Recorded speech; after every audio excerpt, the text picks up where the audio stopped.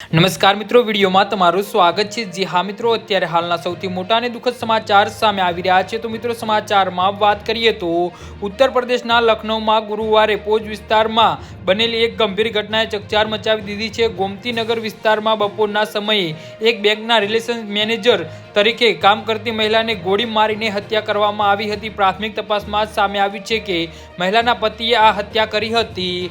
જી હા મિત્રો, અત્યારે હાલના સૌથી મોટા અને દુઃખદ સમાચાર સામે આવી રહ્યા છે। પોલીસની પ્રાથમિક માહિતી મુજબ આરોપી પતિએ ઘટનામાં પહેલા વોટ્સએપ સ્ટેટસ મૂક્યું હતું। તેમાં તેને પોતાની પત્ની પર દગો કરવાનો આરોપ લગાવ્યો હતો અને આ કારણે તેની હત્યા કરવાનો ઉલ્લેખ કર્યો હતો।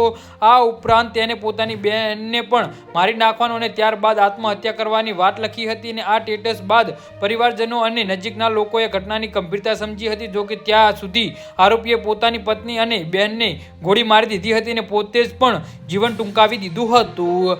જી હા મિત્રો, તો આના વિશે તમારું શું કહેવું છે તો નીચે અમારી કમેન્ટ બોક્સમાં જરૂરથી જણાવજો અને અમારી યુટ્યુબ ચેનલને સબસ્ક્રાઇબ કરવાની ભૂલ